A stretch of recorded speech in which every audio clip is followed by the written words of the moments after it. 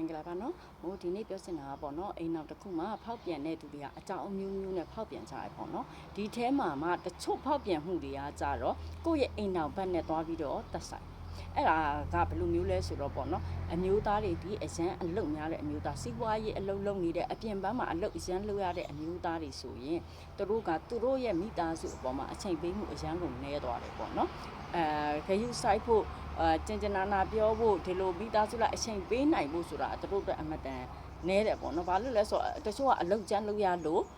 ပြန်လာနဲ့ပင်မနဲ့စားပြီးတော့အိမ်မဲ့ဒါမျိုးပေါ့နော်။တချို့ကြတော့လဲစီးပွားရေးလုပ်ငန်းရှင်ကြီးတွေကြတော့လဲသူတို့ဒီအပြင်လောကမှာဒါဒီစီးပွားရေးကိစ္စနဲ့ပတ်သက်ပြီးလုံးဝနေရအတွက်အင်္ဂမိသားစုကိုအချိန်ပေးမှုအရန်နဲပါတယ်။အဲ့အခါကျရင်အမျိုးသမီးတွေရဲ့စိတ်ကိုကသူတို့အမျိုးသားရဲ့ကျင်နာမှုခံခြင်းနဲ့ယူရမှုခံခြင်းနဲ့သူတို့အပေါ်မှာဂယုစိုက်မှုကိုသူတို့ကလိုချင်ကြတယ်။အဲ့အခါမှာသူတို့မရလာတဲ့အခါမှာများလာတဲ့အချိန်ကြတော့သူတို့စိတ်ထဲမှာထင်လာပြီသူတို့အမျိုးသားဒီသူတို့ပေါ်မှာမချစ်ဘူးသူတို့ကိုဂယုမဆိုင်ဘူးအလေးမထားဘူးသူတို့လိုချင်တဲ့တောင့်တတဲ့မေတ္တာတရားမျိုးမပေးနိုင်ဘူးဆိုတဲ့စိတ်နဲ့သူတို့က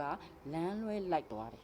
အပြင်မှာသူတို့နည်းနည်းလေးကောင်းပြလိုက်ရင်အဲ့လူကိုသူတို့တွေ့တာသွားတက်ကြတယ်ဒါလမ်းလွဲလိုက်တာနော်အမျိုးသားတွေဒီလိုက်ဒီလိုပဲအမျိုးသမီးလေးတွေကသူတို့ရဲ့တနေကုန်အိမ်မှုကိစ္စတွေနဲ့အလုပ်တွေချုပ်နေတဲ့သားသမီးကိစ္စတွေနဲ့အလုပ်ချုပ်တဲ့အတွက်အမျိုးသားတွေကိုသူတို့ဂရုစိုက်မှုအားနေသွားလိမ့်မယ်လက်လူရှုတယ်လို့ဖြစ်သွားလိမ့်မယ်အမျိုးသားရဲ့စိတ်ဆန္ဒတွေကိုသူတို့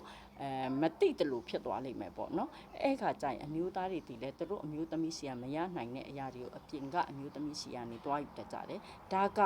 ဖြစ်လေဖြစ်တာရှိတဲ့အိမ်တော်ရေးဖောက်ပြန်မှုတွေပဲနော်ဒါကြောင့်မိုးပြောချင်ပါတယ်နေနဲ့မရတယောက်နဲ့တယောက်ကျင်နာမှုတွေမရောပါနဲ့ဂရုစိုက်မှုတွေမရောပါနဲ့တတ်နိုင်သမျှအချိန်ပေးကြပါ